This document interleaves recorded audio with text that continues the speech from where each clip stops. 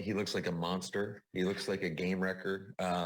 Yeah, I don't think he certainly was hurting last year. There's no doubt about it. And he's a guy that you can't rest for 1 second when you're going up against him. You better know where he's lying on every play, and you got to make sure that you're putting your players in the best position possible to go against him, because as dominant as he is in the pass game, he's equally as dominant in the run game. And I think that's what makes him so special. And Matt LaFleur conceding there, Jeff Chadilla, that when the Packers beat the Rams in the playoffs last year, Aaron Donald with that rib injury was not himself. He is himself right now.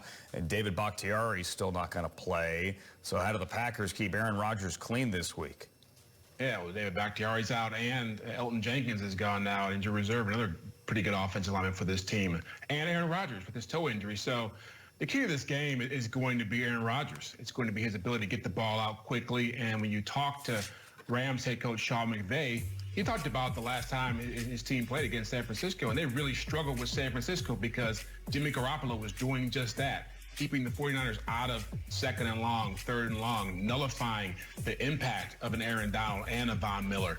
The upside, as McVay said, is that Miller did show some good things in that game, and the handful of snaps he played, set the edge well, was able to show some good moves. But again, when you have a beat-up offensive line going against that combination, it could end up being a long day unless Aaron Rodgers takes over this game like he can. Okay, what about Matthew Stafford taking over this game here? This Stafford against the Packers secondary angle, Jeff. The Packers secondary, they gave up a lot of yardage last week to Kirk Cousins, Justin Jefferson, and Adam Thielen.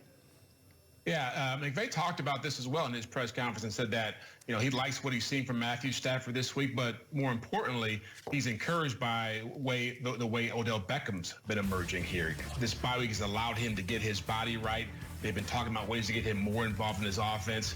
Of course, you go back to that San Francisco game, only 2 or 3 balls thrown his way and not much coming out of it. But again, I think you see the possibilities for his offense. If Odell Beckham can be what he can become, Cooper Kupp can be what he's been, and Matthew Stafford could do what Kirk Cousins did last week and taking apart that Packers defense has been pretty good on the back end so far. And it's not as if Matthew Stafford has never been at Lambeau Field. Obviously, over a decade with the Lions, Stafford 3-7 as a Lions quarterback when visiting Lambeau Field.